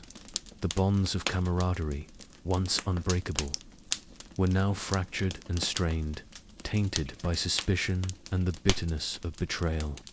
Some offered a semblance of sympathy, recognizing the pressure and the manipulative tactics of the gamblers, but others stood aloof, their own survival instincts overriding any sense of loyalty or compassion. The shared experience of the scandal had shattered their unity, leaving behind a fragmented group, each struggling to salvage what remained of their careers and reputations. The quiet brotherhood of the baseball field was replaced by a silence thick with unspoken resentments and betrayals. The social stigma was crushing. He was ostracized, shunned by society, his presence a source of discomfort and unease. He was no longer Shoeless Joe, the beloved baseball star. He was simply Joe Jackson, the traitor, a label that seemed to burn itself into the collective consciousness. He felt the weight of 1,000 condemning eyes upon him, each gaze a sharp blade twisting into his already wounded spirit. He retreated into himself, his world shrinking to the confines of his home, a refuge from the storm of public anger that raged outside. The isolation was profound and almost unbearable. He spent his days in a state of near catatonic despair, the silence of his home amplifying the clamor of his guilt. The game, once his solace, his passion, his sanctuary, now haunted him like a ghost, a constant reminder of his betrayal, of his failure. He wandered through the empty rooms of his house, a ghost in his own life. The echoes of the cheers and applause replaced by the silent accusations of his own conscience. Even his family, initially hesitant to judge him, struggled to cope with the weight of the scandal. Their eyes, once filled with pride and love, now held a mixture of hurt, confusion, and a painful sense of disillusionment. The financial ruin that followed only exacerbated his suffering. His endorsements were cancelled, his income dried up, and he was left with the crushing weight of debt and the bleak prospect of a life devoid of the glory and prestige he had once known. The financial hardship mirrored the emotional devastation, creating a perfect storm of misery that threatened to engulf him completely. He struggled to provide for his family, adding yet another layer of guilt and remorse to his already overburdened conscience. The legal battles had left their scars. The legal wrangling, the constant questioning, the relentless probing into his past, had stripped him bare, leaving him vulnerable and exposed. The weight of the legal process and the eventual banishment compounded his emotional distress, deepening the chasm of despair that threatened to swallow him whole. The process itself had become a form of punishment, a cruel and relentless dissection of his character and his actions. The years that followed were a long, slow descent into the depths of despair. He tried to find solace in various endeavors, attempting to rebuild his life and escape the shadow of the scandal, but the stigma followed him relentlessly. The weight of his actions, the public condemnation, and the loss of the game he loved proved too heavy a burden to bear. He struggled to find meaning and purpose in a world that had turned its back on him. He remained a pariah, forever linked to the Black Sox scandal, a testament to the fragility of honor and the enduring power of betrayal. Even in death, his name continues to evoke a complex mix of emotions, while the details of the scandal remain debated and analyzed. The tragic fate of Joe Jackson serves as a potent reminder of the human capacity for both extraordinary achievement and devastating failure. His story, though marked by disgrace, continues to resonate, a cautionary tale that transcends the boundaries of sport, speaking to the universal themes of ambition, betrayal, redemption, and the enduring consequences of our choices. The shadow of the scandal, though dimmed by the passage of time, still lingers, a testament to the lasting power of a single, fateful moment. The echoes of the crowd's cheers, once thunderous, are now muted, a faint reminder of a legend lost, a life forever changed by the dark cloud of disgrace. The game moved on, but Joe Jackson remained forever etched in its history, not as the celebrated hero, but as a cautionary symbol of a broken dream. The years following the trial were a relentless erosion of everything Joe Jackson had known. The roar of the crowds, once a symphony to his ears, was replaced by the gnawing silence of his own solitude. He left Chicago, the city that had both celebrated and condemned him, seeking refuge in Greenville, South Carolina, where he attempted to rebuild a life far removed from the glare of the national spotlight. He took on odd jobs, whatever work he could find, a grueling cycle of manual labor that offered little respite from the weight of his past. The physical toil was a stark contrast to the grace and precision of his baseball prowess, a constant reminder of the chasm between his former life and his present reality. His baseball bat, once a symbol of power and precision, now lay unused, gathering dust in a corner of his small, rented house. It was a painful reminder, not of past glories, but of a stolen future. He tried to avoid baseball altogether, the very mention of the game bringing a fresh wave of agonizing memories. Yet, sometimes in the quiet hours of the night, he would pick up the bat, turning it over in his calloused hands, lost in silent reflection. The wood, smooth and worn from years of use, seemed to absorb his sorrow, bearing silent witness to his fall from grace. His family, his wife and children, bore the brunt of his disgrace. Their lives, once filled with the optimism of a rising star's family, were now overshadowed by a crippling poverty and a pervasive sense of shame. The once proud smiles were now etched with lines of worry, their eyes holding a mixture of love, hurt, and a weary resignation. Their once comfortable home was replaced with rented rooms. The familiar comforts and routines now sacrificed to the harsh realities of their financial struggle. Their social circles diminished, shrinking to a small circle of friends and family who still dared to associate with someone who was now a social pariah. His sons, who had once dreamed of following in their father's footsteps, now faced a bleak future burdened by their father's shadow. His wife's devotion, steadfast through it all, remained his only real anchor in this turbulent sea of despair. Yet, despite the seemingly endless hardship, there were glimmers of hope. The quiet moments, the small acts of kindness from neighbors and close friends, served as reminders that even in the darkest of times, humanity could still find a way to show compassion. The simple act of planting a garden, watching the seeds sprout and bloom, offered a small measure of solace, a connection to nature's healing power. The routine chores of tending to the crops became a meditation, grounding him amidst the storms in his life, providing a sense of purpose in a world that had largely abandoned him. He found solace in simple pleasures, quiet evenings spent with his family, the laughter of his children, a fragile balm against the crushing weight of his past. The love and support of his family were his life raft, providing him the strength to navigate the treacherous waters of despair. He refused to let bitterness consume him, although it was a struggle. His quiet dignity, in the face of relentless criticism, was a testament to his character.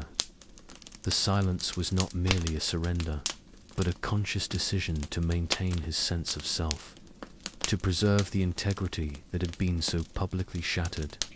He learned to live with his public image, or rather, the distorted, villainized version of himself that now dominated the public imagination. He understood that his reputation might never be fully restored, that the shadow of the Black Sox scandal would forever follow him. Yet, he refused to be defined solely by that single event. He was more than just a disgraced baseball player. He was a husband, a father, a man who had found a way to persevere through unimaginable hardship. There were whispers, rumors of offers for his services in minor leagues, offers that were usually quickly withdrawn in the face of public outrage. He made no attempt to actively seek out redemption in baseball, understanding the depth of the public's rejection. But he was always close to the game, following the scores, the changes, keeping a silent and watchful eye on his former team and the evolving sport. The years drifted into decades. The intensity of the public outrage slowly subsided, replaced by a growing sense of historical perspective. The whispers about his involvement in the scandal still persisted, fueling endless debates and retellings of the event, but the venom had largely diminished. The story of his disgrace and exile had become part of baseball's lore, a tragic tale alongside the legends and triumphs. He never publicly defended himself, never sought to justify his actions. He carried his burden silently, bearing the weight of his past with a quiet stoicism. His silence was not an admission of guilt, but a testament to his understanding that some wounds run too deep. Some stories remain forever shrouded in complexity. His life after baseball, far from the celebratory roar of the stadiums, was a testament to his strength of character. He found a different kind of victory, a different kind of redemption. The the quiet dignity of enduring hardship, the steadfast love for his family, the quiet triumph of simply living in the face of unrelenting adversity. His legacy became far more than the black mark of the scandal. It was a testament to resilience, quiet grace, and the enduring power of the human spirit in the face of insurmountable odds. He was a legend lost, yes, but a legend that refused to surrender to darkness, finding a different kind of light in the long years of silence. The years of silence were not a negation of his life, but a profound testament to his enduring strength. They were a quiet rebellion against the condemnation, a testament to a life lived despite the odds, a life lived quietly, yet powerfully. In the shadow of a disgraced legend, the years crawled by, each one a slow, deliberate step further away. From the incandescent glare of the 1919 World Series and the accusations that had consumed his life, the whispers, however, never truly faded. They were a persistent undercurrent to the river of his daily existence, a subtle hum beneath the surface of his quiet life in Greenville. These weren't the shouts of condemnation that had once echoed across the nation, but something quieter, more insidious, a persistent doubt, a questioning murmur that refused to be silenced. It wasn't a roar, but a persistent rustling of leaves, a constant reminder of the unresolved questions that clung to his name like a stubborn shadow. Some, of course, remained utterly convinced of his guilt. For them, the evidence, circumstantial, though it may have been, was irrefutable. The fix was real, and Joe Jackson, in their minds, was a key player in its execution. These were the voices that still, decades later, would rise in a chorus of righteous indignation at any mention of his name. Their belief was cemented, an unshakable pillar in their understanding of the game and its history. They had found a villain, and they were not about to let him go. To them, the whispers were not of doubt, but of confirmation. But alongside these voices, a different current began to flow, a slow, almost imperceptible shift in the collective consciousness, a subtle questioning of the narrative that had been so firmly established. It started in hushed tones, in private conversations, in dimly lit corners of bars and back rooms where men gathered to discuss the game they loved. These were whispers of a different kind, whispers of doubt, whispers of innocence. These weren't fueled by evidence presented in court or unearthed through sensational journalism. Rather, they were born of something far more elusive, character. People who knew Joe Jackson, those who had seen him away from the diamond, away from the intense pressure of the game, began to share their memories. They spoke of his quiet dignity, his unfailing kindness, his unwavering love for his family. These weren't grand pronouncements or carefully crafted defenses. They were fragments of a different story, a narrative built on personal encounters and human experience. And Ann, old shopkeeper, his face a roadmap of wrinkles etched by time and sun, recalled Jackson's gentle nature, his willingness to help anyone in need. He remembered how Jackson would often spend his spare time mending fences around the neighborhood or lending a helping hand to those who needed it. This man, who knew Jackson as neighbor, not legend, found it almost incomprehensible to reconcile. The kindly man he knew with the monstrous figure portrayed in the headlines. A former teammate, speaking years later, his voice carrying the weight of unspoken remorse, recalled Jackson's unwavering loyalty, his humility, his quiet intensity on the field. He admitted that the suspicion had been overwhelming, the evidence seeming to point to guilt. But he also spoke of the look in Jackson's eyes after the game, a look of defeat and confusion that went beyond the loss. It was a look that hinted at an innocence he could not entirely dismiss. He questioned, silently and privately, if he had truly known his teammate. The pressure of the times, the overwhelming nature of the evidence, the fear of condemnation.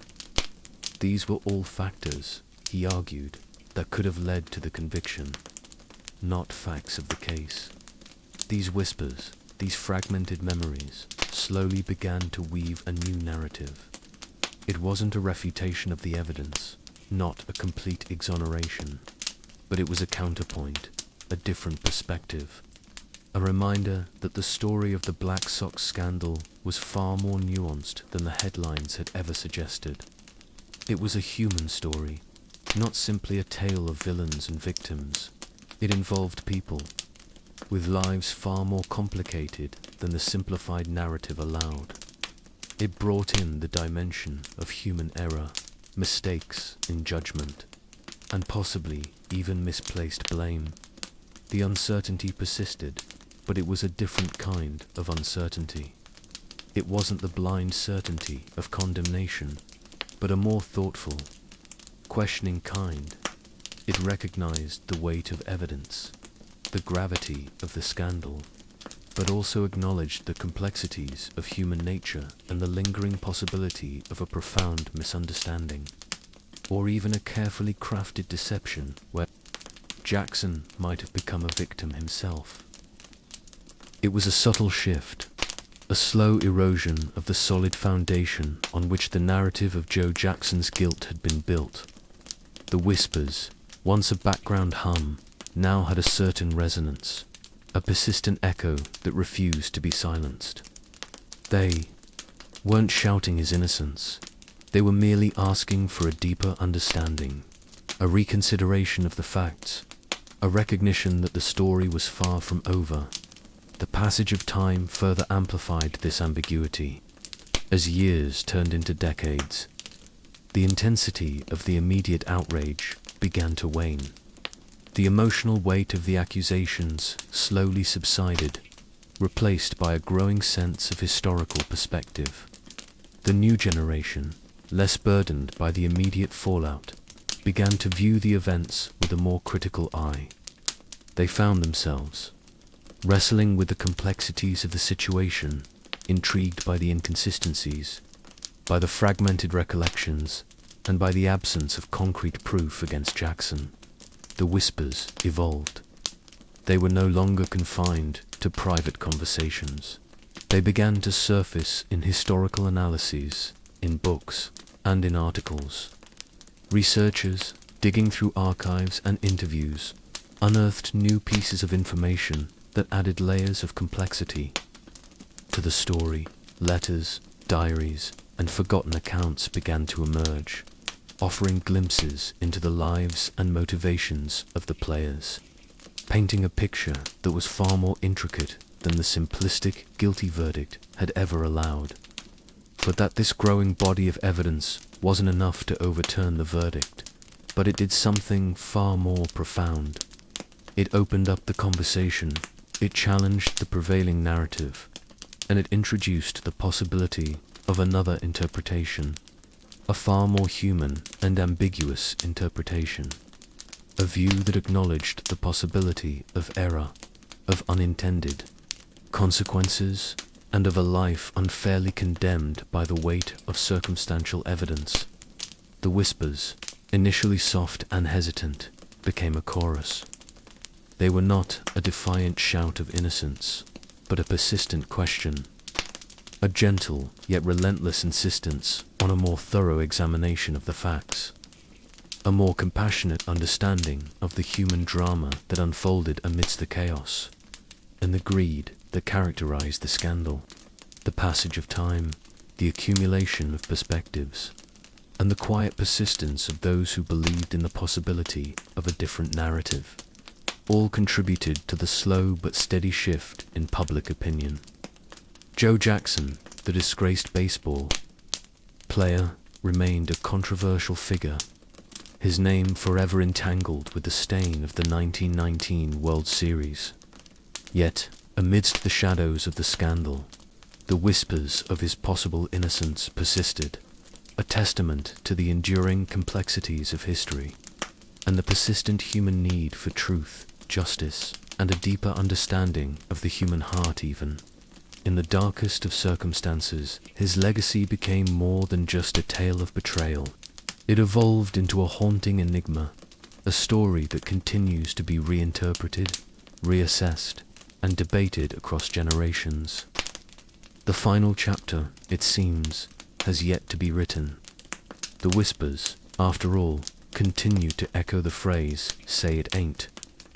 So, Joe didn't spring fully formed from the chaos of the 1919 World Series.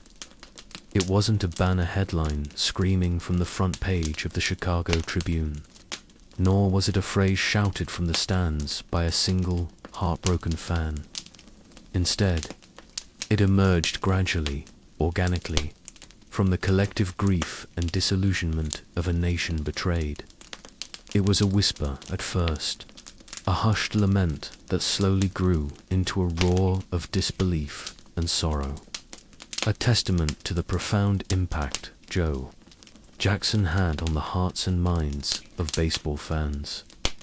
The immediate aftermath of the scandal was dominated by outrage and condemnation. Jackson, along with the other accused players, was a symbol of broken trust, a stark reminder that even heroes could fall from grace. The public fury was intense, a torrent of righteous anger directed at those who had sullied the sacred game. There was little room for nuance, for compassion, for the lingering question of innocence amidst the overwhelming weight of evidence and the pervasive atmosphere of suspicion. Yet, even amidst the tempest of accusations, a different emotion was brewing beneath the surface, a quiet, persistent sorrow, a deep sense of loss for the game, for its ideals, and for the player they had so deeply admired. Joe Jackson, despite his alleged transgression, remained an iconic figure, a player of extraordinary skill and captivating charisma. His grace on the field, his effortless power at the plate, his quiet dignity off the field. These were memories too deeply ingrained to be easily erased. Even by the stain of the scandal, the origins of the phrase remain shrouded in some mystery. There's no single, definitive source that can pinpoint the precise moment it was first uttered. Some claim it originated spontaneously from a grieving fan, heartbroken by the revelation of the fix. Others suggest it was a slowly evolving phrase, taking shape in whispered conversations in the back rooms of bars, in the hushed tones of men who couldn't quite reconcile the man they knew with the image of a traitor, painted by the media. Regardless of its exact genesis, "Say It Ain't So," Joe resonated deeply within the American psyche. It captured the essence of the public's emotional response to the scandal, a mixture of disbelief, despair, and a desperate plea for reassurance. It wasn't merely a statement of doubt. It was a raw expression of grief, a lament for the innocence lost, for the ideals shattered, and for the game that had been so irrevocably tarnished. The phrase quickly transcended its initial context. It became a cultural touchstone, a shorthand, reference to the Black Sox scandal and to the enduring questions surrounding Jackson's culpability. It's a phrase that echoes through time, a poignant reminder of the power of sports to inspire devotion, and the devastation that can follow when that devotion is betrayed. The ambiguity of the phrase is part of its enduring power. It doesn't explicitly declare Jackson's innocence. Rather, it reflects the public's longing for a different outcome, a desperate hope that the accusations were somehow wrong, that the hero they had celebrated hadn't truly betrayed them. It's a plea, not a judgment, and it's precisely that ambiguity that allows it to resonate across generations. The enduring popularity of "Say It Ain't So" Joe also stems from its inherent dramatic appeal. It's a simple, powerful phrase that perfectly captures the emotional core of the story, the tragic downfall of a beloved figure, the shattering of dreams, and the lingering uncertainty surrounding his fate. It's a phrase that perfectly encapsulates the human drama at the heart of the Black Sox scandal, making it accessible and relatable to audiences long after the actual events transpired. The phrase's longevity can be attributed not only to its emotional resonance, but also to its use in popular culture. It's been referenced in countless books, films, songs, and television shows, solidifying its place in the American cultural lexicon. Each iteration of the phrase serves as a reminder of the scandal, while simultaneously prompting reflection on themes of betrayal, innocence, and the complicated nature of truth. The phrase's impact also extends beyond the realm of sports. Say it ain't so, Joe has become a general expression of disbelief and disappointment, applicable to situations far removed from the world of baseball. It's a phrase used to express shock, sadness, and the desperate hope that a cherished belief might still hold true. In this sense, the phrase has evolved into something much larger than its original context, transforming into a universal expression of emotional turmoil. The ongoing debate surrounding Jackson's guilt or innocence further fuels the phrase's relevance. Even decades after the scandal, historians and baseball fans continue to dissect the evidence, seeking to uncover the truth. Each new interpretation, each newly discovered piece of evidence, reignites the debate and adds new layers of meaning to the phrase, "Say it ain't so, Joe." It becomes a rallying cry for those who believe in Jackson's innocence, and a poignant reminder of the complexities inherent in judging historical figures. However, the enduring power of "Say it ain't so, Joe" isn't solely about the facts of the case. It's also about the broader human experience. The phrase taps into our inherent desire for heroes, our vulnerability to disappointment when those heroes fall, and the enduring capacity for empathy even in the face of alleged wrongdoing. It's a reminder that the narratives we construct about historical events are never simple, and that the human story often unfolds in shades of grey rather than stark black and white. The phrase acts as a perpetual memorial, keeping alive the memory of a complex individual caught in a web of historical circumstance and moral ambiguity. It simultaneously remembers the innocence lost, the hopes dashed, the game sullied, and the lasting questions regarding a man whose skill on the field shone so brightly. In many ways, "Say it ain't so, Joe" transcends its association with a single individual and represents a collective mourning for the ideals of fair play, honesty, and the untarnished purity of the game. The phrase itself is a testament to the enduring power of storytelling, a testament to the human need to grapple with ambiguity, to wrestle with uncertainty, and to find meaning in even the most controversial and complex chapters of history. And so, "Say it ain't so, Joe" remains more than just a phrase.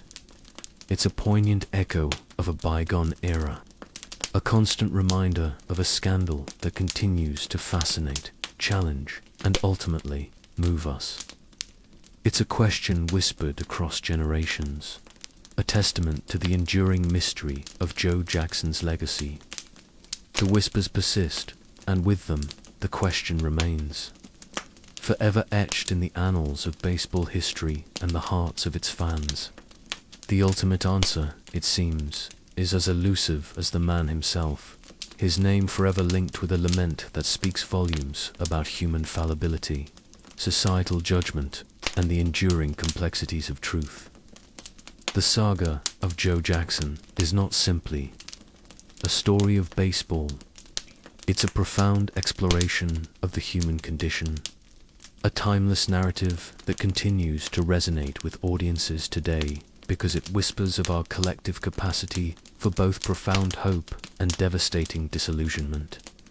The decades following. The 1919 World Series unfolded like a slow, agonizing unraveling of a tightly wound spring. The initial shock and outrage gradually gave way to a more nuanced understanding. A creeping doubt that perhaps the official narrative wasn't the whole truth. Joe Jackson, forever branded a traitor, remained a ghostly presence in the collective memory of baseball fans. His legendary talent, his quiet dignity, and the sheer unfairness of his banishment continued to fuel a simmering undercurrent of dissent. Whispers of injustice turned into murmurs, then into a steady chorus of voices, demanding re-evaluation. New evidence, long-buried documents, and re-examined testimonies began to surface, challenging the long-held assumptions about the extent of Jackson's involvement. While the official stance remained unchanged, the ground beneath it began to shift, a seismic tremor of doubt rattling the foundations of the established narrative.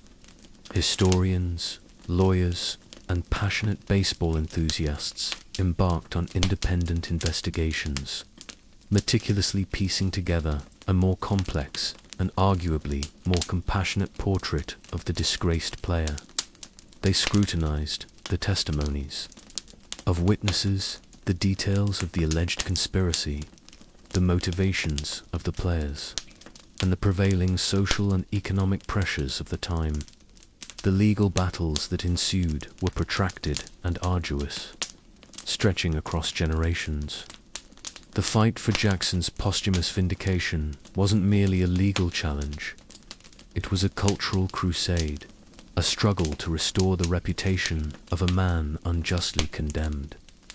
Lawyers pored over archival records, unearthed forgotten interviews, and challenged the reliability of long-accepted evidence. The courtrooms became stages for a passionate drama, where the echoes of the 1919 scandal clashed with the clamor for justice in the 21st century. One of the most compelling arguments presented during these legal battles focused on the inadequacy of the original investigation, the haste with which the players were convicted, the lack of due process, and the heavily influenced testimonies all came under intense scrutiny. The legal teams argued that the initial investigation had been flawed, tainted by prejudice, and ultimately unjust. They presented evidence suggesting that Jackson, while possibly aware of the fix, hadn't actively participated in it to the same extent as some of his teammates. This nuanced argument challenged the simplistic guilty or innocent dichotomy that had dominated the narrative for decades, forcing the courts to grapple with the complexities of intent and complicity. The emotional toll on Jackson's family was immense. His descendants, carrying the weight of their ancestors' tarnished legacy, became ardent champions of his posthumous rehabilitation. They meticulously preserved his memory, gathering evidence, sharing stories, and fostering a powerful sense of community among those who believed in his innocence. Their unwavering commitment transformed the legal battle into a deeply personal quest for familial justice and the restoration of a family name unjustly maligned. Their tireless efforts became a crucial component of the legal strategy, adding a human face to the otherwise dry legal documents and courtroom procedures. The personal testimonies of Jackson's grandchildren, their voices filled with sorrow and unwavering conviction, became pivotal moments in the struggle for exoneration. The changing perspectives on the Black Sox scandal weren't solely fueled by legal maneuvers. A sea change in public opinion also played a significant role. The rise of baseball history as a serious academic discipline contributed significantly to the reassessment. Detailed analyses of the events, rigorous investigations, and the emergence of new primary sources gradually chipped away at the monolithic narrative of betrayal that had persisted for so long. Historians and baseball writers, many of whom were not initially supporters of a reassessment of Jackson's guilt, were forced to re-examine their own understanding of the scandal in the face of compelling new evidence. This revaluation was also influenced by broader societal changes. The evolution of our understanding of justice, fairness, and the nuances of culpability played a crucial role. The cultural and intellectual climate of the 21st century allowed for a greater appreciation of the complex social and economic pressures that influenced the players' decisions in 1919. The rigid moral absolutism of the past gave way to a more nuanced understanding of human behavior, mitigating the knee-jerk reactions of the original scandal. A generation that had grown up with a simplified black-and-white account of the events now grappled with a more complex and morally ambiguous narrative. The turning point arrived in 2025, after years of legal battles, painstaking research, and a significant shift in public opinion. A landmark decision was reached.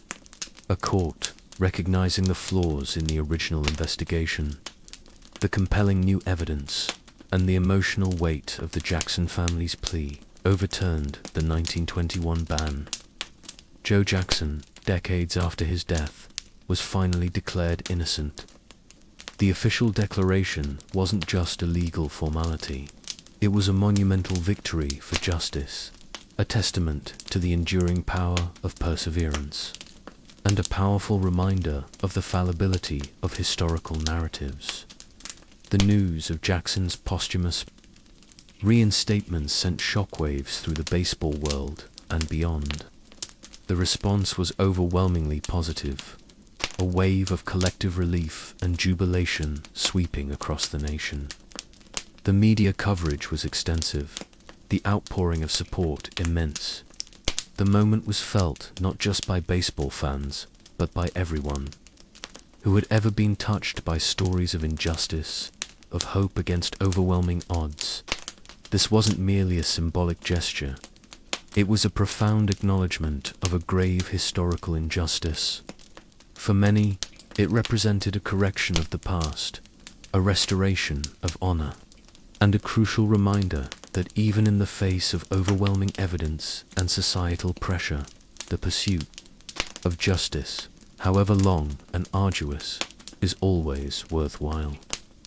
The decision to posthumously reinstate Jackson served as a watershed moment in American sports history. It highlighted the importance of critically examining historical narratives, reevaluating long-held assumptions, and embracing the complexities of truth. It reinforced the idea that historical figures are not static entities, but subjects to evolving interpretations based on new evidence and evolving societal perspectives.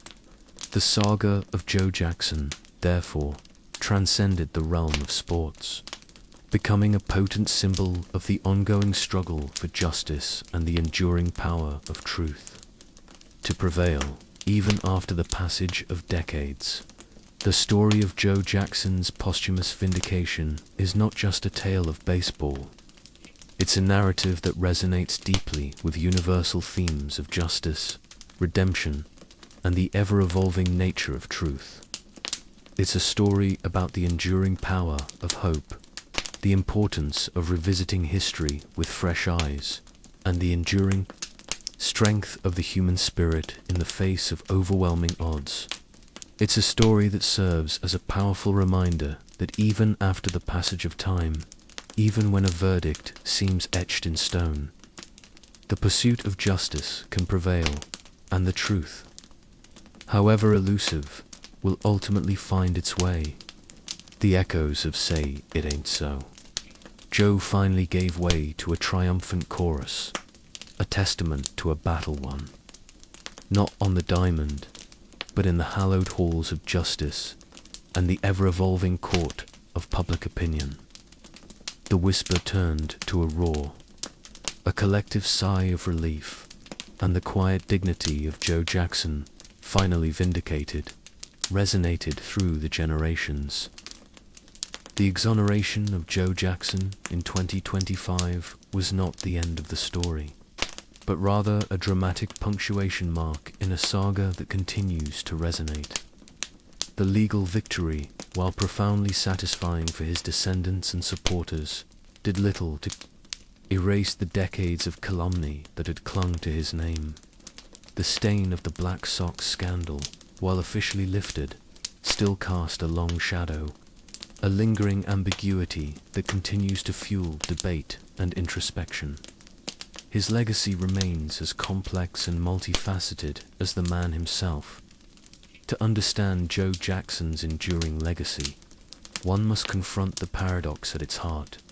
A man of immense talent, possessing a natural grace and effortless power on the baseball field, forever linked to an act of betrayal that shook the very foundations of America's pastime. He was, after all, a man of contradictions, a devoted family man. He was also implicated in a scheme that betrayed the trust of millions. A player of undeniable skill, his career was tragically cut short, not by injury or age, but by accusations of corruption. The years following his posthumous exoneration saw a remarkable shift in how Jackson is perceived. The simplistic narrative of villainous betrayal gave way to a more nuanced understanding, a recognition of the human frailties, social pressures, and economic desperation that contributed to the events of 1919. Historians and baseball scholars began to delve deeper, exploring the complexities of the scandal, examining the testimonies with a more critical eye, and contextualizing the actions of the players within the socio-economic landscape of the era. The renewed interest in Jackson's life led to a surge in biographical work, academic papers, and even fictional accounts, each offering a different perspective on the man and his times. His talent, previously overshadowed by the scandal, finally took center stage. His batting statistics, his graceful fielding, and the sheer joy he brought to the game began to receive the attention they deserved. Separated from the cloud of controversy that had long enshrouded them, but the mystery remains. Even with the official exoneration, questions linger. Did Jackson fully comprehend the extent of the conspiracy? Was he a willing participant or a naive pawn caught in a web of deceit? Did his quiet demeanor mask a deeper understanding of the fix, or was he genuinely unaware of the full implications of the gambler's machinations? These questions, far from being resolved by the legal victory, have only deepened the fascination with his story.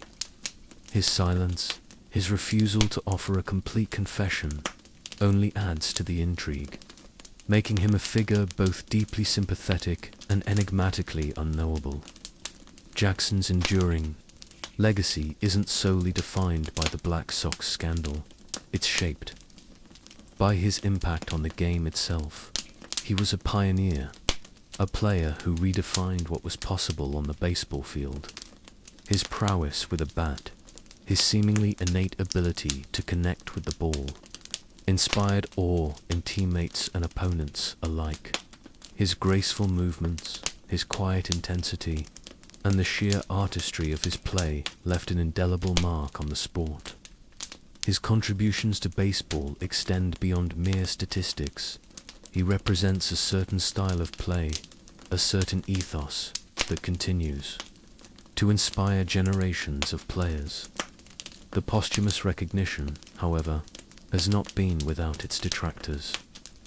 There are those who remain unconvinced by the new evidence, those who cling to the traditional narrative of betrayal.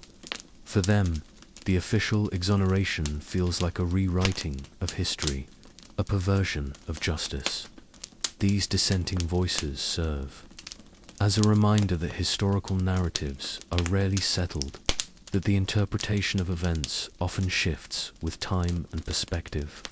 The continuing debate surrounding Jackson underscores the complexities of historical truth and the enduring power of narrative.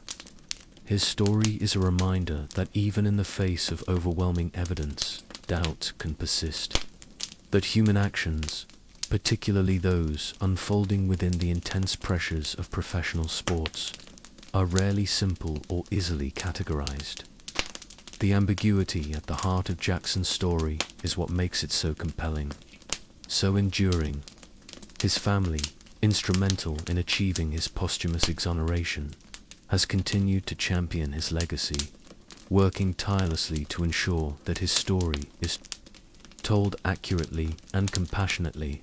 They have become custodians of his memory, sharing their personal experiences, preserving family artifacts, and engaging with the wider public to offer a deeply personal perspective on the man behind the myth. Their commitment ensures that Joe Jackson's story will continue to be debated, explored, and reinterpreted for generations to come. The enduring appeal of Joe Jackson's story transcends the realm of baseball. It is a story of human fallibility, of second chances, of the struggle for justice, even posthumously. It is a story of a gifted athlete whose life was irrevocably altered by a single, catastrophic event. It is a story about the complexities of truth, the evolving nature of justice, and the enduring power of memory. It's a story that challenges us to question our assumptions, to confront the ambiguities of history, and to grapple with the complexities of human nature. It is a story that will continue to fascinate and inspire debate long after the final word is written. His legacy is not merely a matter of statistics or court decisions. It is a tapestry woven from talent, tragedy, and the enduring human quest for understanding and redemption. The final chapter on Joe Jackson may never be written, but the story itself remains open, ever evolving, a testament to the enduring power of a life lived and a legend forged in both triumph and controversy. The echoes of "Say It Ain't So, Joe," even after exoneration, still resonate, a reminder that the search for truth is a continuous process, and the human heart is capable of both profound greatness and profound flaws. And perhaps, in that very paradox, lies the true, enduring legend of Joe Jackson *.